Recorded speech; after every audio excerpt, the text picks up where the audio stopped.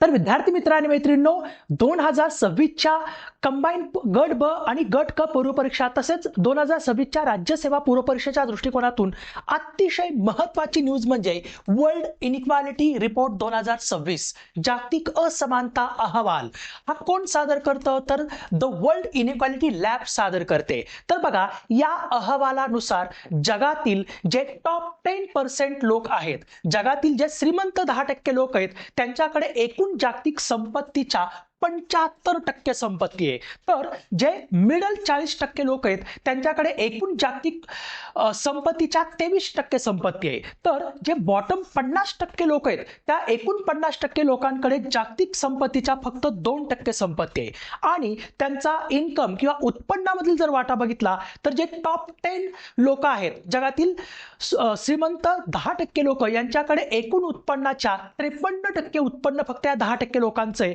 तर जे मिडल 40% लोक आहेत, त्यांचे एकूण उत्पन्नातील 38% उत्पन्न त्यांचं आहे। तर जे बॉटम 50% लोक आहेत, त्यांचं एकूण उत्पन्नामध्ये फक्त 8% उत्पन्न त्यांचं आहे। म्हणजे किती उत्पन्नातील असमानता आहे तुम्हाला हेतून बघायला आपल्याला मिळते।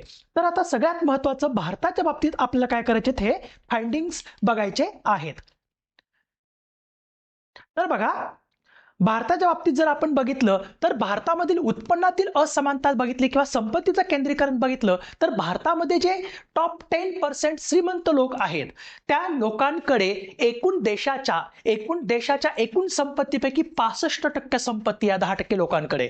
तर ते अव्वल 1% लोक आहेत, 1% श्रीमंत लोक आहेत, त्या 1%कडे देशातील सुमारे 40% संपत्ती केंद्रीकृत झालेली आहे। तर या आणखी एक गोष्ट सगळ्यात महत्त्वाची ती म्हणजे हे जे अव्वल 10% लोक आहेत, या 10% लोकांचं जीडीपी मध्ये असणारं कॉन्ट्रीब्युशन, राष्ट्रीय उत्पन्नातील कॉन्ट्रीब्युशन 58%। तर खालचे जे 50% लोकसंख्या आहे, त्यांचं कॉन्ट्रीब्युशन फक्त 15% एवढंच आहे।